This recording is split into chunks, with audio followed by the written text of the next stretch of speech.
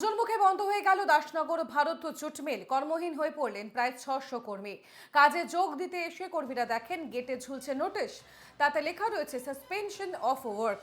তারা গেটের বাইরে বিক্ষোভে ভারত জুট মিলের কর্মীরা। কর্মচারীদের অভিযোগ, ওই মিলের তাঁত বিভাগে শ্রমিকদের অতিরিক্ত কাজ করানোর জন্য চাপ দেওয়া হচ্ছিল।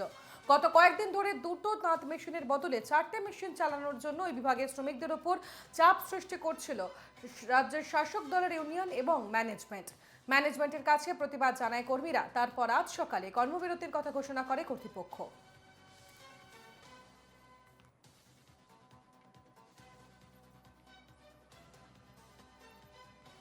আমাদের এটা সরকারি মিল, রাজ্য সরকার জয়েন্ট ভেঞ্চার মিল। তো জ্যোতিমলকে দিয়েছিল সিপিএম, বামফ্রন্টের আমলে জ্যোতিমলকে দেওয়া হয়েছিল যে মিলটা চালানোর জন্য জয়েন্ট ভেঞ্চারে। উনি চালাচ্ছিলেন, তারপরে উনি এনাকে ভাগাড়িয়া সাহেব না কি বলে, বাগাড়িয়া সারদা, গোবিন্দ সারদা, ওনাকে কি সিয়ার দেয়। উনি বছর খানেক আগের বছর আগস্ট মাসের দিকে 40-50টা পনসার নিয়ে মিল দখল করে রাজ্যে এখন ক্ষমতা আছে তৃণমূল সরকার, মানে একদম বাজে সরকার। এরা দালালি করে, এখানকার যে এমএলএ আছে উনি দালালি করে এই মালিককে মিলটা পাইয়ে দেয় ডিএলসি থেকে। বন্ধ করে দিল, শ্রমিক এখন পথে পথে ঘুরবে। আমরা এরপরে দেখবো, যদি না হয় আমরা অনশন করবো গেটের সামনে।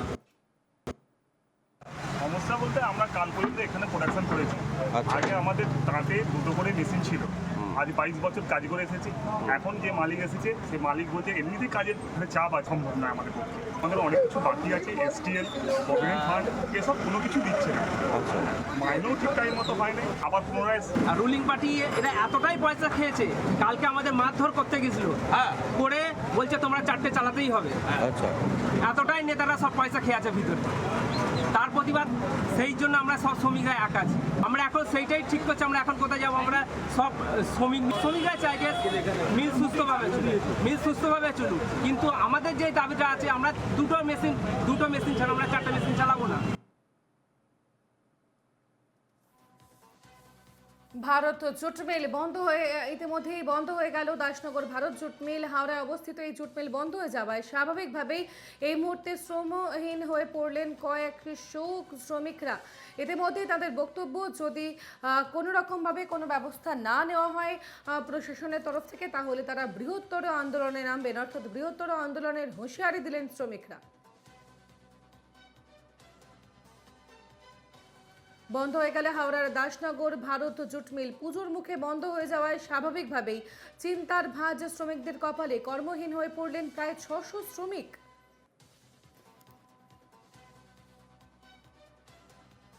আমাদের সঙ্গে টেলিফোন লাইনে রয়েছেন আমাদের প্রতিনিধি অর্পণ সিং। অর্পণ, একেবারে পুজোর মুখে জুট মিল বন্ধ হয়ে গেল, স্বাভাবিকভাবে একটা ক্ষোভ কাজ করছে এবং তার পাশাপাশি চিন্তায় রয়েছেন শ্রমিকরা। দেখো, একেবারেই পুজোর মুখে বন্ধ হয়ে গেছে দাসনগরের ভারত জুট মিল, এবং তারই ফলে কিন্তু কর্মহীন হয়ে পড়েছে প্রায় 600-রও বেশি কর্মীরা। এবং যেটা জানা যাচ্ছে যে আজ সকালে কর্মীরা কাজে যোগ দিতে এসেছিলেন, এবং সেই সময় দেখা যায় যে যে গেট আছে সেই গেটে কিন্তু ঝুলছে সাসপেনশন অফ ওয়ার্ক, তারই একটা নোট। এবং পরে তারা বিক্ষোভে ফেটে পড়েন, এবং কর্মচারীদের যেটা দাবি যে তাঁত বিভাগের শ্রমিকদের দিয়ে নাকি অতিরিক্ত কাজ করানো হচ্ছিল এবং তাদেরকে চাপ দেওয়া হচ্ছিল। এবং গত কয়েকদিন ধরেই কিন্তু এই তাঁত মেশিনের যে 2টি তাঁত মেশিন ছিল, এবং তার পরিবর্তে কিন্তু 4টি তাঁত মেশিন আনা হয়েছিল, এবং ওই বিভাগের শ্রমিকদের ওপর কিন্তু বেশিভাবে কিন্তু কাজ করানো হতো বলে যেটা দাবি করছেন ওই শ্রমিকরা। এবং সেই মতোই কিন্তু আজ যে শাসক দলের তরফ থেকে এবং শাসক দলের ইউনিয়নের যে ম্যানেজমেন্ট চাপ দিতে থাকে এই কর্মীদের, এবং সেই মতোই আজও যে নোটিশ ঝোলানো হয়, সেই নোটিশে কিন্তু পরিষ্কারভাবে উল্লেখ ছিল যে এই নোটিশে যারা কর্মচারী তাদের কিন্তু এর তারা কিন্তু পাচ্ছেন না, অর্থাৎ তাঁতের যে ব্যবহৃত যে তাঁত কিন্তু তারা ঠিকঠাক উৎপাদন করতে পারছেন না, এবং সেই পরিবর্তে কিন্তু আর 4টি কিন্তু মেশিন আনা হয়েছিল। এবং যে কর্মীরা, অর্থাৎ জুট মিলের যে কর্মীরা, তারাও কিন্তু এই বিষয়ে যেটা জানিয়েছেন যে তাদেরকে নাকি অতিরিক্ত ভাবে খাটানো হতো এবং ঠিকঠাক আর্থিক সুবিধা কিন্তু তারা পেতেন না।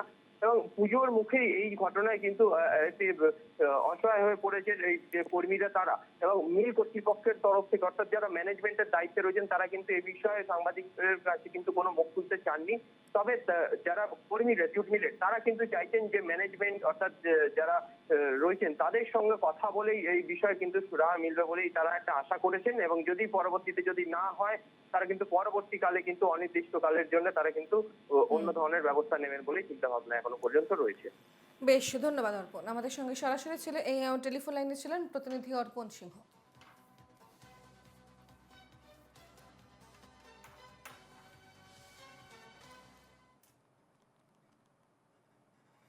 আসছি পরের খবরে। প্রধানের সঙ্গে বচসা, উপপ্রধানকে গালিগালাজের অভিযোগ। দলের নির্দেশে ক্ষমা প্রার্থনা পঞ্চায়েত সদস্যের। আর এই ঘটনা নিয়ে রীতিমতো উত্তপ্ত এলাকা। ইতিমধ্যেই গোটা বিষয়টি নিয়ে যে ভিডিও ভাইরাল হয়েছে তা ইতিমধ্যেই সোশ্যাল মিডিয়া একেবারে প্রকাশ্যে। যে ছবি আপনারা দেখছেন, যদি ভিডিওর সত্যতা যাচাই করেনি এনকেটিভি বাংলা, সেই ভিডিও ইতিমধ্যেই ভাইরাল সোশ্যাল মিডিয়ায়। দেখাবো সেই ভিডিও কি। চোর ডাকুন, এক্ষুনি ডাকুন বলে দিচ্ছি। অঞ্চলে আসতে বলুন। ও প্রত্যেকবারে ভয়ে পালিয়ে, চন্দনবেলা আমাকে ভয় পায়। ওকে ডাকুন, আমার সামনে ডাকুন, দেখি ও কত বড় প্রধান উপপ্রধান হয়েছে। ভয়েস মেসেজ করে দিচ্ছে পঞ্চায়েতরা, অ্যালার্ট থাকো, মুখ থাকো। কিসের জন্য থাকবে? উপর মহল যদি না সাহায্য করে, কে পঞ্চায়েত সাহায্য করবে ওদেরকে? যে ভিডিও আপনারা দেখছেন তা পশ্চিম মেদিনীপুরের ডেবরা ব্লকের 3 নম্বর সত্যপুর গ্রাম পঞ্চায়েতের ছবি। আমাদের সঙ্গে টেলিফোন লাইনে